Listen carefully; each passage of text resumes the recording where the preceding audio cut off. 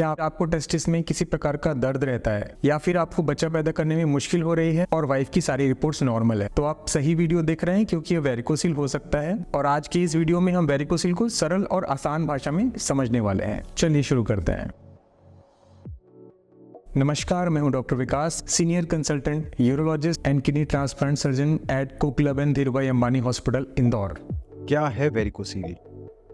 Varicocele एक urology से related समस्या है जिसके अंदर टेस्टिस से ब्लड को ले जाने वाली नसों यानी वेन्स के अंदर ब्लड का जमाव होने लगता है, जो धीरे धीरे टेस्टिस में बहुत सी प्रॉब्लम करने लगता है। चलिए एक एक करके इन प्रॉब्लम्स को समझते हैं।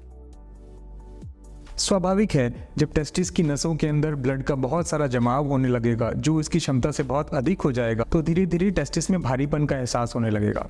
यही भारीपन का एहसास धीरे धीरे दर्द में बदल जाता है। ये दर्द सुबह कम होता है और शाम होते होते बढ़ने लगता है।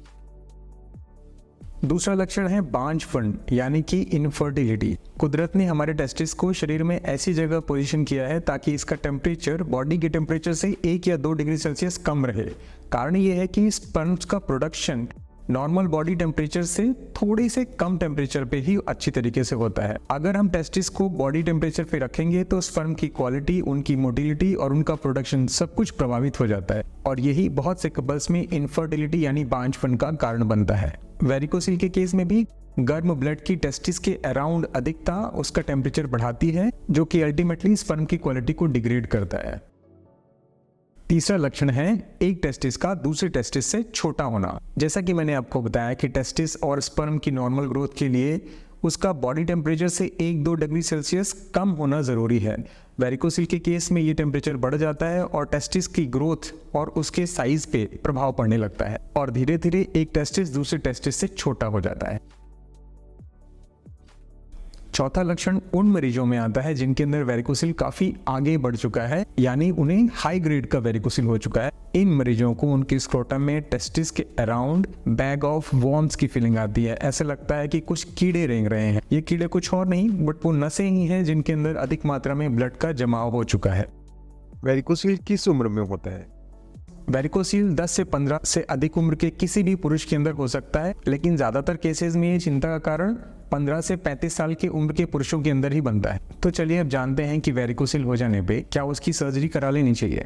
ये बात तो सच है कि वेरिकोसिल को ट्रीट करने के लिए कोई भी मेडिसिन नहीं बनी है, चाहे वो दुनिया की किसी भी चिकित्सा पद्धति में हो। तो क्या हर मरीज को वेरिकोसिल की सर्जरी करा लेनी चाहिए? जी नहीं। वेरिकोसिल की भी ग्रेडिंग होती है, ग्रेड 1, 2 और 3, और ये ग्रेडिंग सोनोग्राफी के द्वारा और फिजिकल एग्जामिनेशन जब यूरोलॉजिस्ट करता है उसके द्वारा निर्धारित होती है। ग्रेड 1 के अंदर वेरिकोसिल बहुत इनिशियल ग्रेड का होता है, जिसके अंदर छोटा मोटा दर्द होता है, हल्का फुल्का भारीपन लगता है, जो सपोर्टर पहनने से या दूसरे कुछ उपायों से रिलीव किया जा सकता है। इस कंडीशन में सर्जरी की जरूरत बिल्कुल नहीं होती है। लेकिन हाँ, अगर ये दर्द बढ़ने लगे, वेरिकोसिल अपनी ग्रेड में बढ़ जाए, ग्रेड 2 या ग्रेड 3 का हो जाए, आपको भारीपन तंग करने लग जाए, आपकी डेली रूटीन करने में आपको तकलीफ दे, या फिर आपका एक टेस्टिस दूसरे टेस्टिस की कंपैरिजन में छोटा होने लग जाए, या फिर आपको इनफर्टिलिटी की प्रॉब्लम हो और सीमेन एनालिसिस में आपके सीमेन के अंदर स्पर्म्स के काउंट, उनकी मोटिलिटी कम हो रही है, यानी स्पर्म क्वालिटी डिग्रेडेशन हो रहा है। इन तीनों में से अगर कोई समस्या है तो आप जरूर वेरिकोसिल की सर्जरी की तरफ जा सकते हैं। कई बार आर्मी और पुलिस के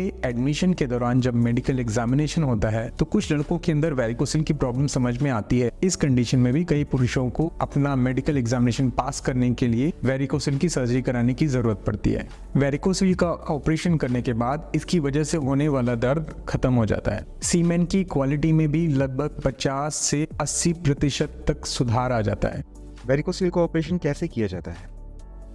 एक यूरोलॉजिस्ट के लिए वेरिकोसिल का ऑपरेशन कोई मुश्किल ऑपरेशन नहीं। इसे 2 तरीके से किया जा सकता है। एक तरीका है लैप्रोस्कोपिक वेरिकोसिलेक्टमी, जिसके अंदर पेट के अंदर कुछ लैप्रोस्कोपिक इंस्ट्रूमेंट्स डाल के उन सारी नसों को ब्लॉक कर दिया जाता है जो टेस्टिस से ब्लड को हार्ट की तरफ ले जा रही होती हैं और इनके अंदर वेल्व्स की खराबी है। इसका ही एक एडवांस वर्जन है जिसे हम कहते हैं एडवांस माइक्रोस्कोपिक वेरिकोसिलेक्टमी। इसके अंदर एक बड़े से माइक्रोस्कोप में देख के केवल उन्हीं नसों को ब्लॉक किया जाता है जिनके अंदर वेल्व्स की खराबी हो और जो डायलेट हो चुकी हैं। अब चलिए बात कर लेते हैं उन कुछ टिप्स की जिन्हें फॉलो करके आप वेरिकोसिल से बच सकते हैं, और अगर आपको लो ग्रेड का वेरिकोसिल है तो उसकी हाई ग्रेड में कन्वर्जन को रोक सकते हैं। पहला और सबसे इम्पोर्टेंट, जिमिंग करते वक्त या फिर वेट लिफ्टिंग करते वक्त सपोर्टर का इस्तेमाल जरूर करें। ये सबसे बड़ा कारण है वैल्व्स के खराब होने का। दूसरा, कोशिश करें कि आप बहुत ज्यादा देर तक खड़े ना रहें। तीसरा, अगर आपको लंबी खांसी चल रही है तो इसका भी ट्रीटमेंट करवाइए। चौथा, कॉन्स्टिपेशन से बचें और सलाद भरपूर मात्रा में खाएं। पांचवा, अल्कोहल और स्मोकिंग से दूर रहें, ये नसों के वैल्व्स को खराब करते हैं। छठा, फ्रेश फ्रूट्स और वेजिटेबल्स भरपूर मात्रा में खाएं, इनके अंदर एंटीऑक्सीडेंट्स होते हैं।